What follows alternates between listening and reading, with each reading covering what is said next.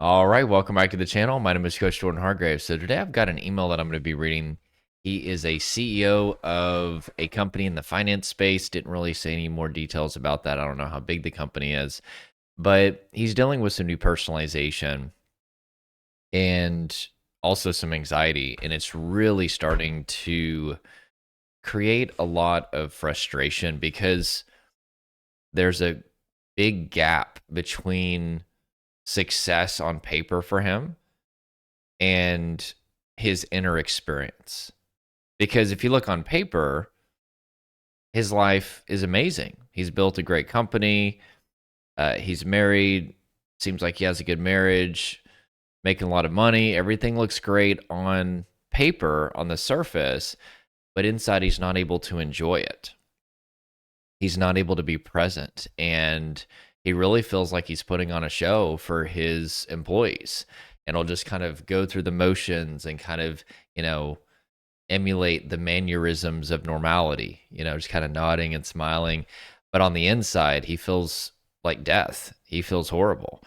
And he's been to the excuse me, he's been to the doctor, and the doctor just says, "Hey, we've done all the tests. We've done the blood tests. We've done the CT scans. We've done this, we've done that, and nothing is coming back."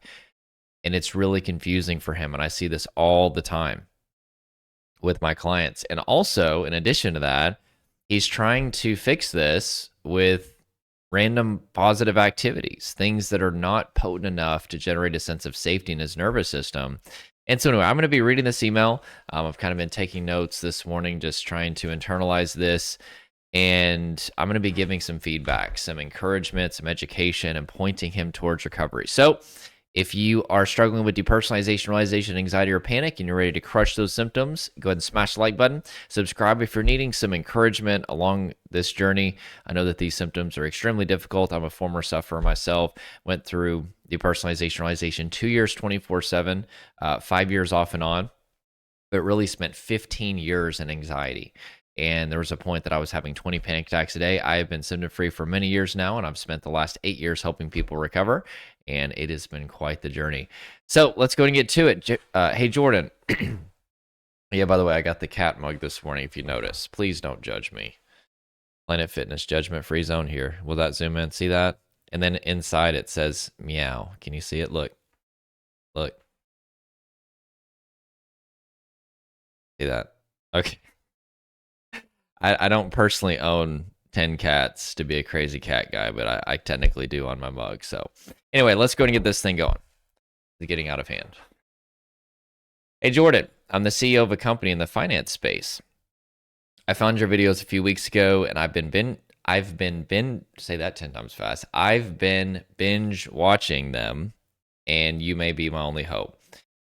Lately, I feel more disconnected than I ever have. I'll be talking to my team, and suddenly I can't connect with them anymore.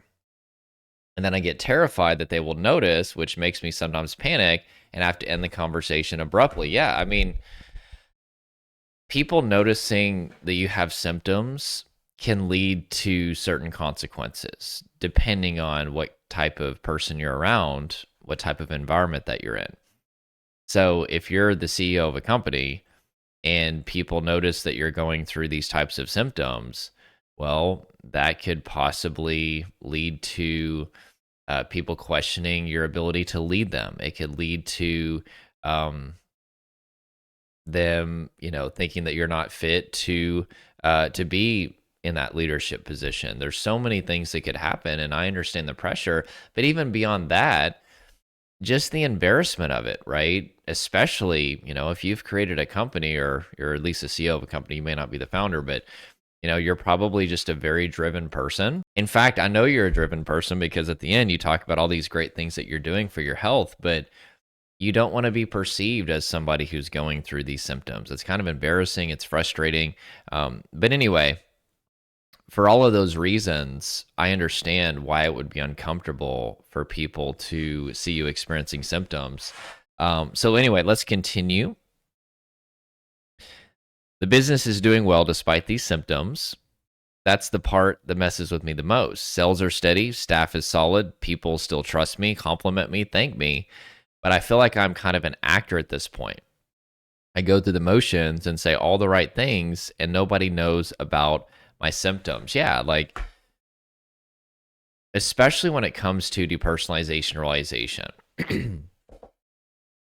they're very frustrating because I can say this as a former sufferer and also somebody who's worked with thousands of depersonalization realization sufferers over the last 8 years.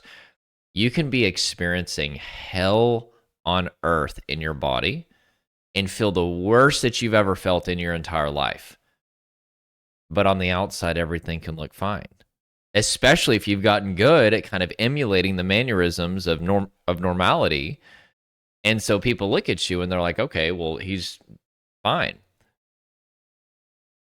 or she's fine. And then especially, let's say it's your spouse that we're talking about, or friends and family or whatever. They're like, okay, so go to the doctor. And then you go to the doctor. And then the doctor is like, hey, we can't find anything. And sometimes you do more tests and more tests and more tests. And by the way, very, very important, you need to see a doctor. You need to get any sort of medical or neurological issues ruled out. So then you have the test, and your friends and family or spouse or whoever is like, okay, so you went to the doctor and they're saying there's nothing there. Like, it's almost like they look at you with this look of like, they're not trying to offend you or they're not trying to upset you, but they're like, okay, so, I mean, are you sure? Like, and they may inadvertently start to minimize it, even if it's just through looks and through vocal tonality and things like that. And it gets very, very frustrating. And whenever you don't have any tests coming back with anything, there starts to be this thought of, well, what if my brain's broken? And then you go back to maybe the specific circumstance where the symptoms started to happen, which could have been severe, could have not been severe as far as stress. But you're like, okay, maybe something about that situation just completely broke my brain. For me, depersonalization realization started after a bad marijuana experience in 2008. And for years and years after that, I used to think like my friends must have laced the weed. They laced the weed because they didn't have a panic attack followed by depersonalization realization. But I did. And so I thought there must have been something wrong with the weed that I smoked. Maybe there was something in it. But that's because I didn't understand complex trauma. So trauma is a state of overwhelming stress in the body and nervous system, and that's whenever depersonalization realization happened. First, we try to look to other people to calm us down. If that doesn't work, then we go into fight or flight response. If that doesn't work and our nervous system feels too trapped to fight or flee, then we go into the most ancient defense mechanism, which is the freeze response.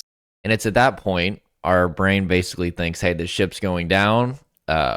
Let's go ahead and dissociate them. Dissociation comes from a Latin root word that means to sever or separate. Let's go ahead and shut down what Dr. Bessel van der Kolk, who wrote the Body Keeps the Score book, calls the Mohawk of self-awareness. It's a Mohawk-like series of brain structures that are responsible for you feeling connected to your body, yourself, and the material world. And it's basically nature's last gift. If you're going to be eaten by the lion, you might as well not feel it, right? And so anyway, with that being said, what I now know is that there's technically two ways to reach that point of overwhelm, which causes depersonalization derealization. As well as time can feel distorted, memory gets thrown off. Typically, there are anxiety symptoms as well, unless you go into the deepest state of trauma where there is no anxiety. You're just completely numb and dissociated, and you actually feel calm, but you're actually just numb. You can stop feeling the need to use the restroom, stop feeling physical pain, of course, stop feeling all emotion. But anyway, with that being said, basically, your nervous system thinks that you are about to be eaten by a lion. So there's two ways to get there. So one is a major trauma. Okay, think of this like a lightning strike. Let's use the cup, this cat cup, with all these very cool cats. So my cat is named Daisy, and she looks like that white cat right there. That literally looks exactly like my cat Daisy. But anyway, so a major trauma would be like, let's say that, you go through the stresses that everybody goes through. Okay, but you don't have like a history of severe anxiety, panic attacks, traumatic stress, depersonalization, realization. But let's say your baseline is like a 1 or a 2. Okay, you're a relatively calm person.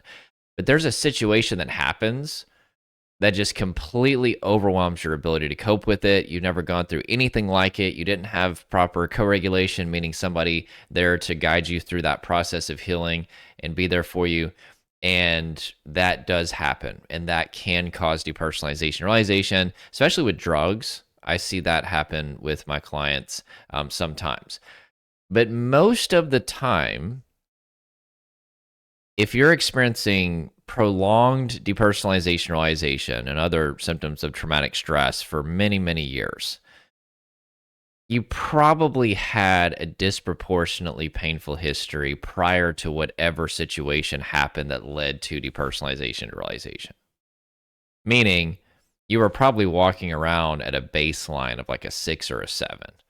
And you probably weren't even aware of how severe your state was because you had been experiencing stress or anxiety for so long, you kind of normalized it. I remember I had so many symptoms of anxiety that I just thought were personal attributes. Like I was the kid at church that had really cold hands. Every time I'd go to shake the older people's hands, they'd be like, "Oh my goodness, young man, why are your hands so cold?"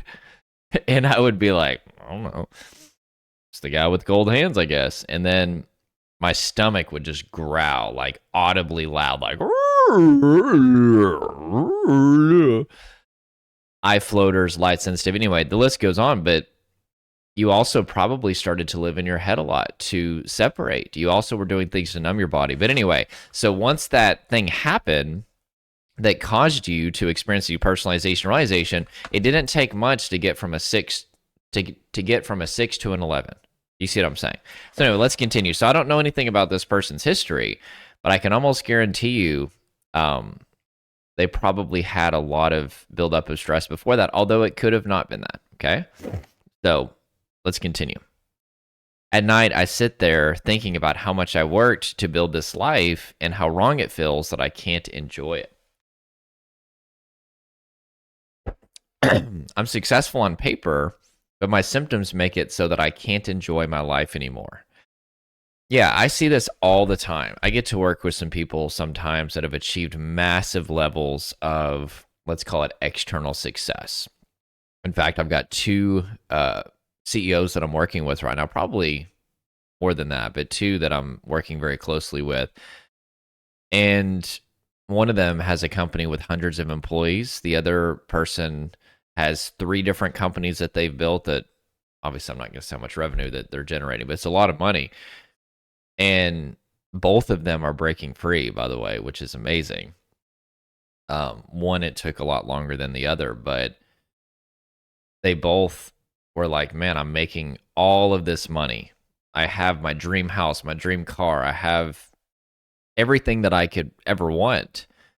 And even they'll go on vacations, but they just don't enjoy them. They're not able to be present. In fact, that's sometimes what causes people to book a call with my team is whether they're a business person or not, is they go on vacation and they thought that the vacation would fix this. Surely if I just take a vacation, then I'll feel better. And then they actually feel worse than they've ever felt because now that they're not busy, with work or life or whatever, they're forced to experience their embodied self, which is called interoception. And their body's a war zone because to be present is to be safely embodied. You can't be present unless you are safely embodied, meaning if you feel uncomfortable in your body, you're going to have a very difficult time being present because as soon as you enter into the present moment, you also become present with your embodied self. And so if you're living in your head all the time, that's a way to separate from the pain of being embodied. And that's why distraction is so opposite of what we want to be doing. If you've been taught that distraction is the antidote to this, that's literally the opposite of what we want to do. That's somatic dissociation. Somatic meaning body, dissociation meaning to separate. Yeah, some people can get so distracted. They can get so out of tune. Excuse me, I'm still getting over a cold. Almost there. But they can get so detached from experiencing their embodied self, and they can get so separated from just being in their life that, yeah, depersonalization realization may shut off temporarily. They're like a circuit breaker. So if you're numb to the power, the circuit breaker may not turn on. But does that mean that you've dealt with the power? No, and it's not sustainable. And for a lot of people, distraction never really works for them. But for some people, they are able to get temporary relief, and they'll go around telling everybody, I'm recovered, I'm recovered, I'm recovered. But the ends don't justify the means. How did you get there? I'm happy that somebody is free of symptoms, but if you have to run around like a chicken with your head cut off to distract your mind 24/7 to maintain your results, and you can't be present because in order to be symptom free, you have to be distracted, I don't think that's really recovery. If you never dealt with the tension, adrenaline, emotion in the body and made lifestyle adjustments to make sure you're listening to your body, that's not recovery. And the symptoms will come back eventually if you never deal with what's happening in your body and make those lifestyle adjustments. But anyway, with that being said, let's continue. So I consider success not just external success, it's actually internal success. The externals are great, but if you don't have peace, if you can't be in the present moment, if you can't enjoy your life, it doesn't matter how much externals we have. So whenever I'm working with somebody that has a lot of external success, I'm like, we're going to get your inner world to be reflective of your outer world, okay?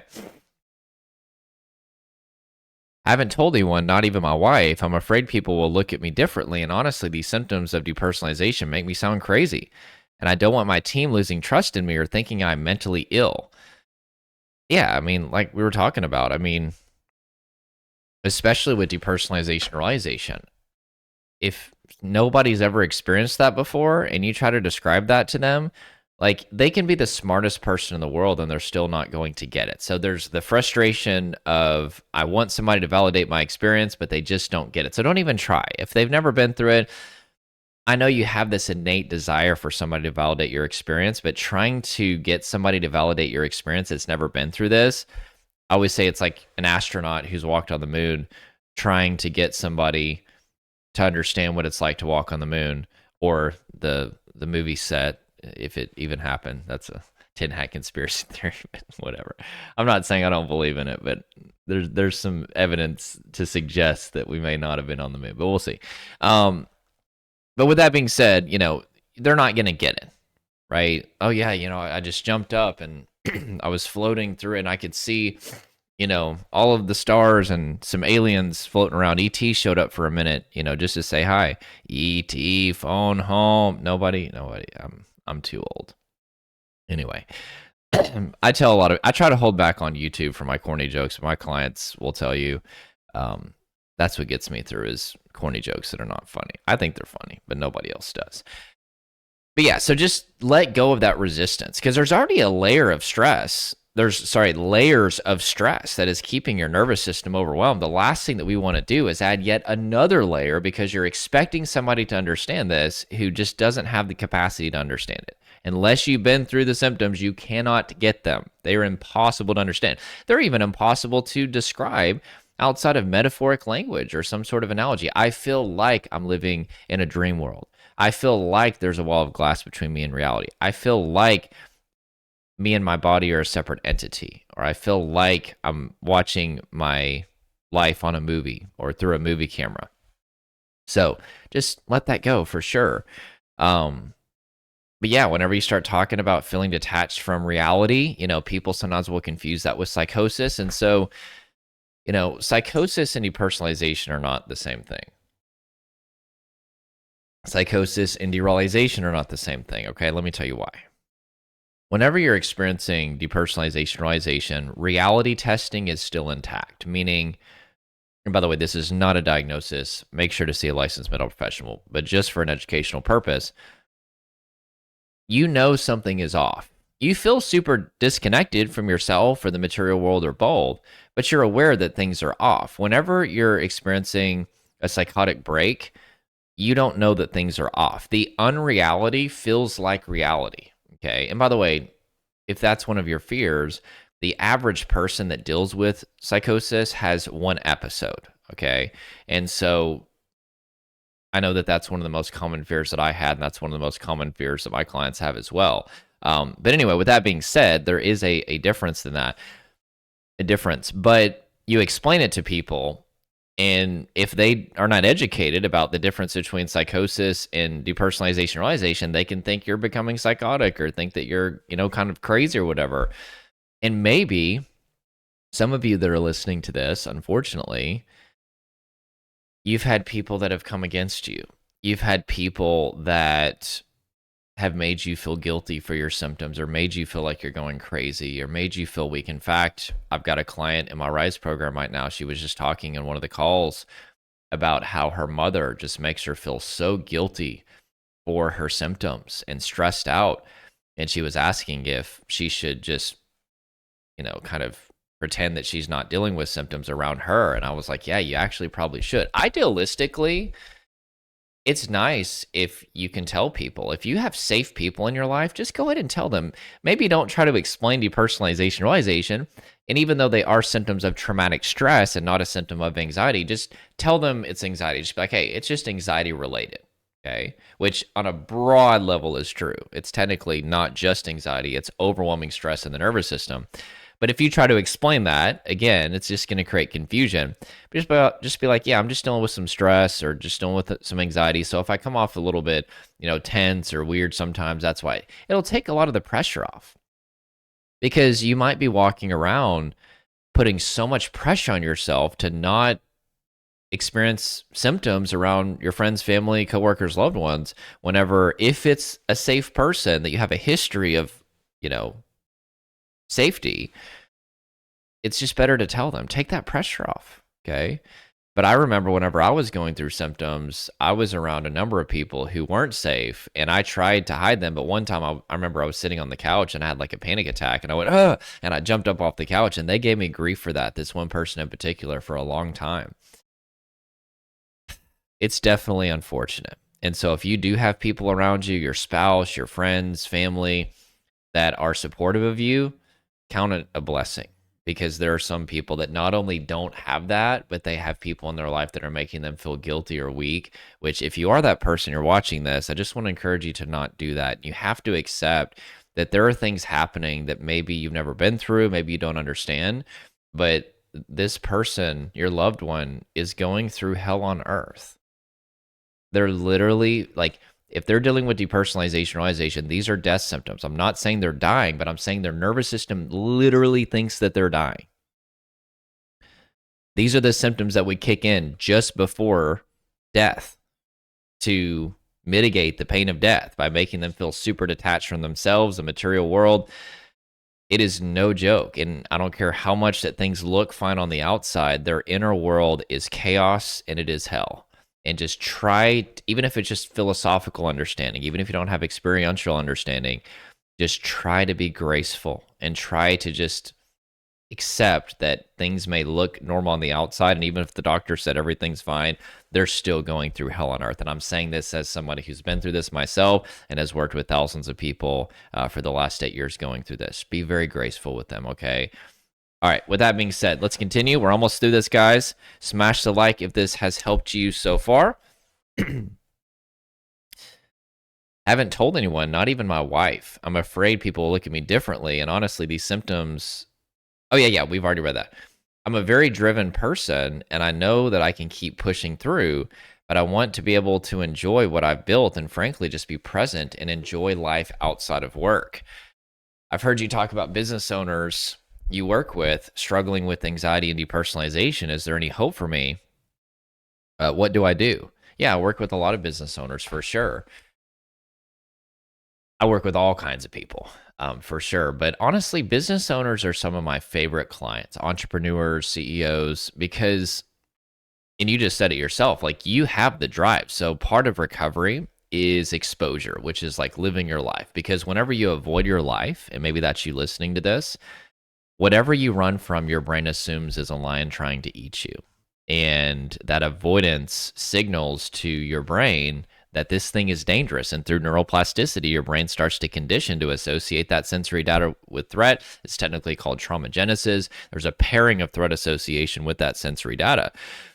What that means for you is the next time that you experience similar sensory data, next time you see, hear, smell, taste, touch, feel anything that's similar to that, your body is going to access the new procedure, which would be fight, flight, or maybe even the freeze response. And so we need to do exposure, which is where we intentionally face the thing that you're avoiding. But with entrepreneurs or business owners, sometimes they are avoiding life, but usually not. Usually they're like, nope, I just kept going to work. I kept showing up. And, we've already got that checked off. So that's good, okay? But with entrepreneurs or business owners or even just athletes or, just people that are like super driven that never avoided anything, for you, it's really just about including your body. Because you're doing the exposure work as far as like you're not avoiding anything, but you technically are avoiding your own body. And sometimes being driven and focusing on things, whether it's career, this thing or that, can actually be a way to separate from your body. So we just need to bring your body along the journey. How is this? How do we do this? It's called interoception, the experience of the embodied self. That's one of the first things that I do with clients is I help them start to build interoception, start to get them in their body again. And you're going to find that there's a lot happening that you haven't been feeling. There's a lot of tension, adrenaline, emotion, fatigue. And once you can start to feel these things, then you can start to do what's called self-regulation. You can start to release them. And then we also, especially if you're an entrepreneur or driven person, CEO, we need to set up some energy boundaries. You are not a machine. Okay. And sometimes your mind is writing checks that your body can't cash. And you have to learn to delegate more. You have to learn to automate more. You have to learn to say no more. Okay. I say no all the time. I do it in a very graceful way. But I started to get compassion fatigue a couple years ago, and it almost destroyed my life, frankly. I was working with way too many people. I have a big heart to help people, and it was too much, and I ended up getting really, really fatigued. It's called compassion fatigue for a reason, right? I got to the point where I was so burned out, I couldn't even look at my computer. I'd show up to work, and I just couldn't really do anything. It was bad. And so I put some very, very strict boundaries into place. I started to do a lot more self-care. That's another thing too, especially if you're a business owner. You may see self-care as like I'm taking away from the business. No. Your body is your business.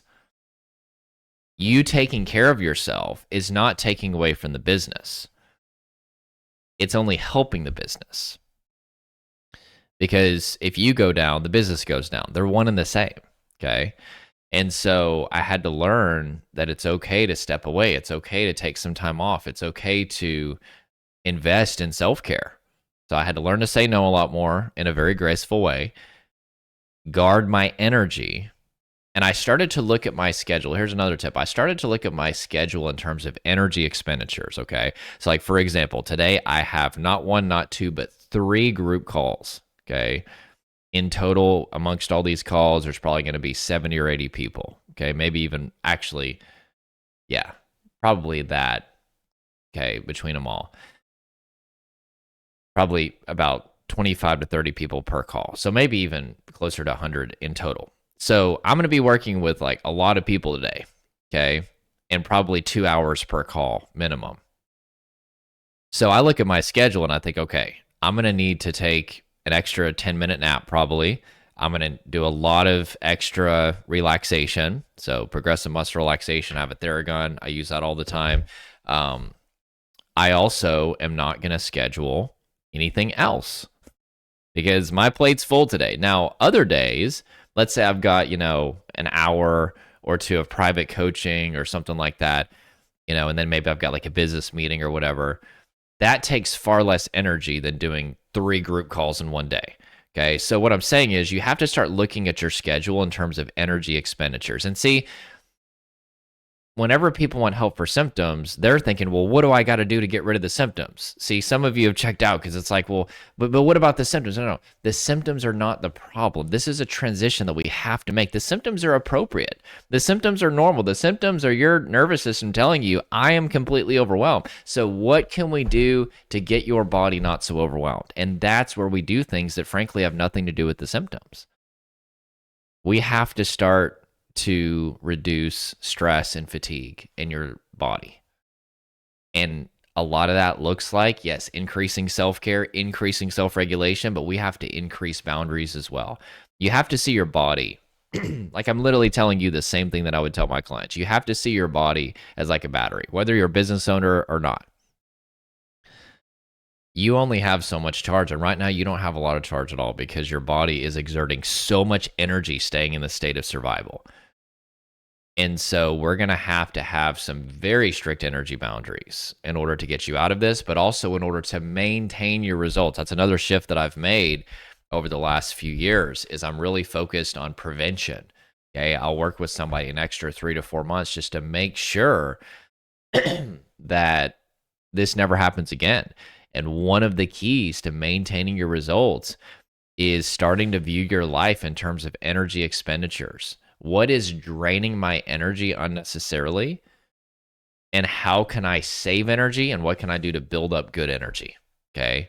That's one of the secrets to regulating your nervous system. All right. So, anyway, with that being said,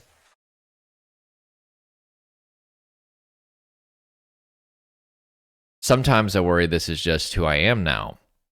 That I'll just keep showing up, keep running things, keep smiling, and never be like I used to be. Because when I first started in business, I used to love waking up and now I dread it. I feel like a robot. So I'm going to the gym regularly, pushing myself through workouts, even when my body feels heavy and unresponsive. Okay, so that's another thing. People ask me all the time about the gym. Working out is good, okay? Exercise is very good. I tell all of my clients, you need to exercise every day. I think that's important. But don't go David Goggins. Like, who's going to carry the boats? Not you. You don't carry the boats or the logs. Some of you got that joke. Most of you probably didn't. It's an inside David Goggins joke. Who's going to carry the logs? I'm going to. No. But anyway, put the logs down. This is not the time to be carrying logs or boats, okay? But exercise is good. Go for a 10-minute walk, you know? It doesn't, like, you don't have to run a mile or something to get a lot of the benefits of exercise. Do 2 10-minute walks or something. But whenever you're doing weightlifting, I have tested this out with thousands of people. And I have seen that the people that lift too heavy or too frequently or for too long have a harder time recovering. In fact, I just worked with somebody recently, helped him fully get out of anxiety, panic, and depersonalization realization. This was he was actually in the military, super buff guy. And then he just went right back into lifting to failure and his symptoms came back. And then he pulled back from the gym and kind of did a slow progressive buildup and then his symptoms went away again. So, but I'm telling you, I've tried and tested this, okay? Because people want to work out so bad. And I'm like, listen, exercise is not weightlifting, just to clarify. Exercise every day. But this is not the time for you to be gaining a ton of muscle because you have to tear the muscle to get there. And a principle that I teach my clients is when you increase relaxation in the body, you decrease stress. And if you're tearing your muscles, that's kind of opposite with what we want to be doing right now. And I tell people there's a season for that. And there are going to be some things that we're going to have to do during your recovery that are not going to be there in the future. Okay? Like I tell people, like, probably don't want to be drinking a lot of caffeine. Now, if you're drinking a lot of caffeine already, I probably wouldn't go cold turkey on that. But if you're not drinking caffeine, I probably wouldn't start. Okay, because it's a sympathetic nervous system stimulant. It's going to stress you out. But, I mean, there was a point where I would drink one sip of coffee and my DPR would skyrocket. But once we get you symptom free and we rebuild your window of tolerance for stress, slowly start to add some caffeine if you want to, right? If somebody isn't dating, like if I'm working with a client and they're not dating and they want to date and they're just starting out in recovery, I'm like, this is not the time to date, because that person is not going to get to meet the real you, and it's not fair to them. And what if you miss out on the person that you're supposed to be with because you're in symptoms? So I say, let's wait until like 80 to 90% recovery before we start dating. Now, if you are in a relationship now, yeah, let's try to make it work. But you're probably finding it's having a big toll on your relationship. It could not be too, but it most likely is. But I'm saying there's some restrictions that we're going to have to put into place to give your nervous system a chance to calm down. And then once you're more recovered, we can start revving these things back up. I mean, I could literally take a pre-workout and go work out for 2 hours and I'm still going to be fine. I may feel a little bit jittery or something like that, but I'm going to be fine. I can go without getting 8 hours of sleep every night. In fact, I usually get 6 or 7, which is not probably great. You need to get 8 to 9. And I'll usually take a nap. I do kind of biphasic sleeping, so I get 2 phases of sleep. But if my nutrition isn't perfect, like if I don't fully follow my boundaries a little bit or something, my energy boundaries, like I'm going to be fine. But that's where I'm at. And you can get there to the point where you don't have to be so strict with everything. And I still think you should try to be strict with, certain things. But it is not now. And you have to accept that. Okay? And so anyway, with that being said, let's continue. So I'm going to the gym regularly, pushing myself through. Probably don't want to do that right now. I get it, but maybe after you're recovered, do that one extra rep and go to failure, but not now. I eat clean, whole foods, balanced meals, no processed junk. I've even started red light therapy, hoping it might help my body reset somehow. I track my sleep, my supplements, my hydration. I do everything the wellness blogs and doctors suggest, yet I still wake up feeling detached, like my body is running on autopilot while my mind floats somewhere else. Okay? What is he doing? He's doing a bunch of random positive activities. And the root issue here, which if you're one of the 5 people that is still watching this video 36 minutes later, click the like button and comment below and put still watching, because you're an absolute champ. I look at the fall off rate, it's 5 minutes is the average. There's a lot of people that go to the end, but the average person will not listen past 5 minutes. But I'd just like to really go in depth with this stuff and give you a lot of education and tips. But anyway, he's doing random positive activities, okay? And the root issue is that your body is going into a threat response when there is no threat. Your body's preparing as if there's a lion. And we know that that's primarily, not exclusively, but primarily due to sensory triggers that are convincing your nervous system that there's a threat. And so if the root issue is that your body and nervous system are preparing as if there's a threat, we need to have a solution that is congruent with the root issue. We need to do things that are specific to showing your nervous system that you are safe. And what I teach my clients is 5 foundations of safety. Number 1, co-regulation, working with somebody that can build hope in you, build a secure attachment relationship, and guide you through the ups and downs of recovery. Because one minute you're going to start to feel like you're recovered. The next minute you're going to feel like you lost all your progress. You need a safe, supportive person, whether it's me or whoever you work with. The next, we've already talked about it. Self-regulation, getting in tune with the body, releasing the tension, adrenaline, and emotion. Thirdly, we've already talked about this too, exposure, but not just sensory triggers. Some of you need to face your own body, intentionally experience your embodied self, because you've got some sort of physical sensation that really bothers you and you're running from it. For me, it was a heartbeat phobia. The next is symptoms. We need you to start to invite in symptoms, okay? Not resist them, because whatever you resist persists. Whenever you run from the symptoms, your brain starts to condition them through neuroplasticity to be associated with threat. And now you've just created another layer of stress because you're resisting the symptoms. The next thing that we need to do is we need to get the right information, which that's what this whole channel is for, right? Because that's going to detach fear and shame from symptoms. And also, whenever somebody works with me, I've got like 10 hours of step-by-step knowledge as far as how did this happen? How did we get here? And it's really important for detaching fear and shame from symptoms. And it starts to calm the nervous system down. The last thing is just healthy lifestyle adjustments. This would be a lot of these random positive activities. These things are good And it does help the nervous system feel safe in a sense, but it's not enough sense of safety just from these things alone. Like if you're avoiding sensory, somatic, and symptom triggers, if you don't have co-regulation, if you don't have the right neuroscience, so you've attached so much fear and shame to symptoms, these positive things like hydration, sleep, exercise, as amazing as these things are, it's not going to be enough to make a case to your nervous system that you're safe. Okay. So, self regulation, co regulation, exposure, neuroscience, and healthy lifestyle adjustments and boundaries as well. Energy boundaries is really, really, really important. Now, if you want my help implementing these things into your life, click the first pinned comment as well as the description. There's a link in the description as well. And there's a free 5 shifts masterclass. It's going to show you the 5 shifts that you need to make to get out of this. It'll cover a lot of the things that we talked about today, just a lot more in depth, as well as there's also a link to apply to work with me and my team. And I always say this, whether you work with me or whoever, I wish you well. And I hope that you can get through this and enjoy your life again, because these symptoms are really a life waster and you have so much potential, and life is waiting for you on the other side. Okay. We're almost to this, guys. So I really want to focus on this for a second.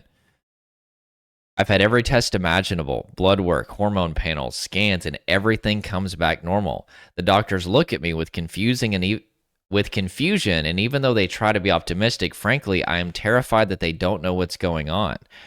I don't want to be put on meds or end up in a mental institution.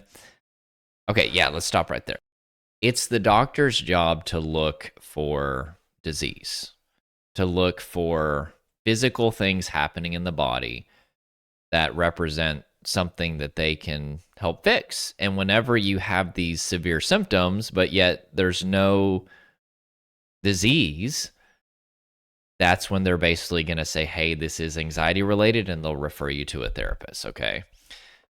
So if you've been told that, I know it was frustrating. It's almost like you would prefer there to just be some sort of disease or some sort of tumor or something that we can just cut out, or, or something that we can just take a pill for and fix, or, maybe this level or that level is off. And like, you're just desperately looking for some sort of answer, but the answer is a bit more subjective. Again, I want you to look at your history.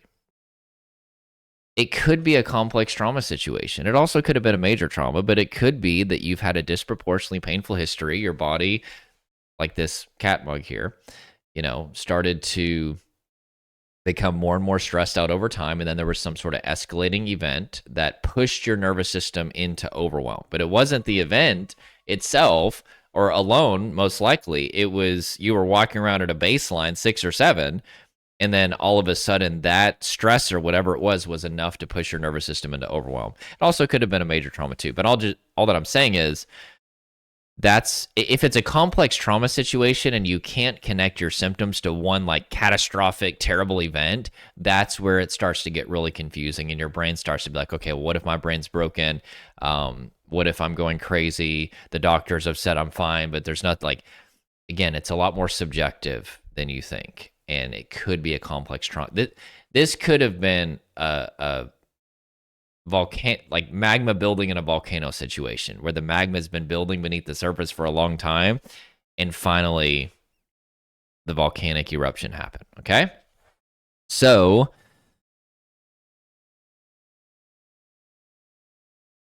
I hear you talk about how deep you are from trauma, but I don't think I've been through any traumas that I can think of.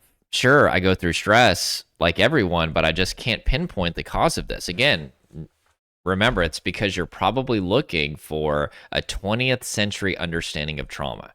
Loss of a loved one, car accident, going off to war, things like that. It's not that there are not a large amount of people that are traumatized by those things, but there's also a lot of people that aren't. So it's not the event itself that brings the trauma in the body, the overwhelm in the nervous system. It's that person's individual response to what they go through. Technically, do they have the presence of self-regulation skills, and do they have a history of stress? Because not just stress, but particularly traumatic stress. Because if they do have a history of that, the pathways are already built. It's a lot easier to go into the freeze response, which is what produces DPR. Trauma response, freeze response, they're synonymous, because the neural pathways are already there.